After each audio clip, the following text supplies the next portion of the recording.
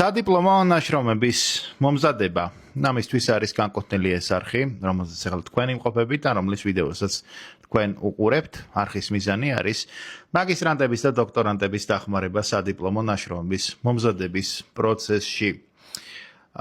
არხზე არის დადებული არაერთი ვიდეო სადიპლომო ნაშრომების მომზადების თაობაზე. პრაქტიკული რჩევები, რომლებიც ეფუძნება მრავალწლიან გამოცდილებას და ისინი არ არის ხელმისაწვდომი არც ერთ ცალკე აღებულ თეორიულ წყაროში და მას ვერ აგენერირებს ხელოვნური ინტელექტი.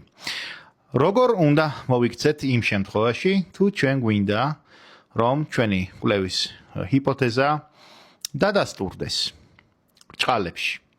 დღეს გასწავლით პატარა ეშმაკობას სტუდენტებს, რომლებსაც აქვთ გარკვეული შიშები, იმასთან დაკავშირებით, რომ კვლევის შედეგებმა არ დაადასტურა ჩემი საკვლევი ჰიპოთეზა ან და კვლევის დაშვება და არიციან ამ შემთხვევაში როგორ მოიქცნენ.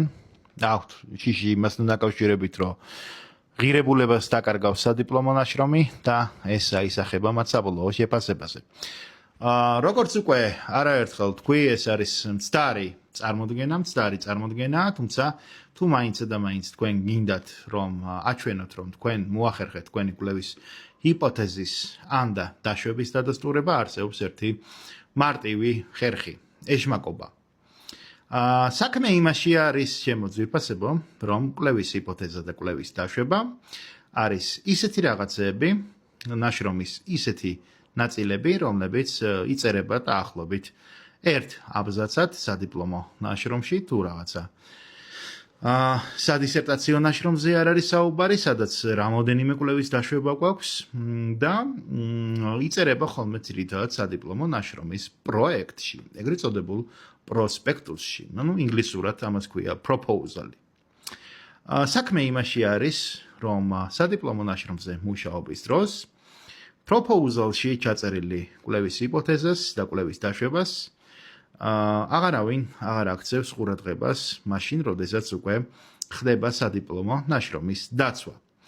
ან პრინციპში თითქმის არავინ შეიძლება რაღაცა ხელმძღვანელს 1000-ში ერთხელ მოხდეს თვალში, მაგრამ პრინციპში ესეთი შემთხვევაც არ მქონია ბოლო 8 წლის განმავლობაში.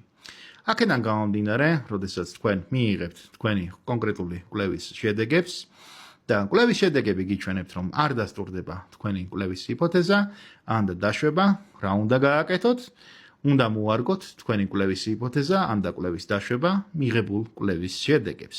ანუ დაარედაქტიროთ თქვენი კვლევის ჰიპოთეზა ან და კვლევის დაშვება. მარტივად რომ ვთქვათ, უნდა შეცვალოთ თქვენი კვლევის ჰიპოთეზა ან და დაშვება. ასე მოახერხებთ იმას, რომ თქვენი კვლევის ჰიპოთეზა ან და თქვენი კვლევის დაშვება მოერგება უკვე არსებულ შედეგებს და შეძლებთ საბოლოო ჯამში, საბოლოო სურათში აჩვენოთ, რომ თქვენ მოახერხეთ კონკრეტული კვლევის ჰიპოთეზების და დაშვებების დადასტურება. დღეისათვის ეს იყო რაც მინდოდა მეთქვა. იმედია, რომ ეს რჩევა გამოგადგებათ საქმიანობაში.